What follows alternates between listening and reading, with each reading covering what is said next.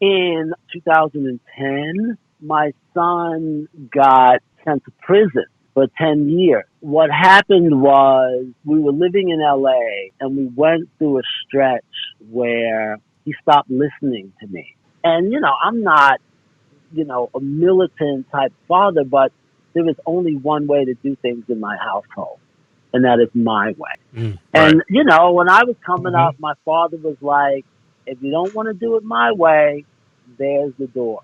And he's out doing God knows what during the day and at night. I get a call from my niece that Eric has been arrested. I find out that he and a bunch of other kids have been arrested for armed robbery. They bring them down to the precinct. The first thing they do is they separate them. What is the first thing that they all do? They all turn on each other. Snitch on each other. Oh, shit. Yeah.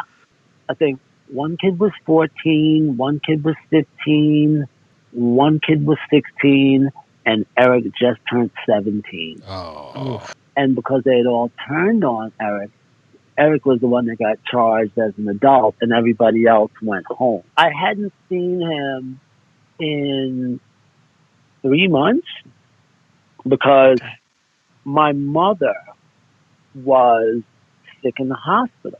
And, I won't go into a whole lot of detail about that part of it, but my mother dies, in this story.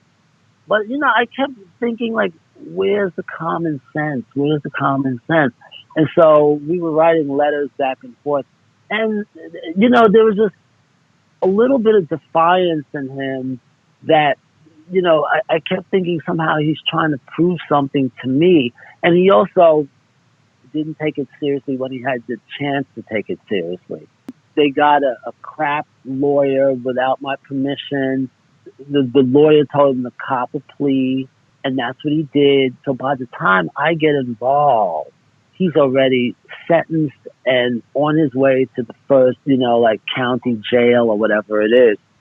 I didn't understand the magnitude of what was happening because we were in Georgia. And I just thought, I'll let him sit there and stew for, like a couple of weeks.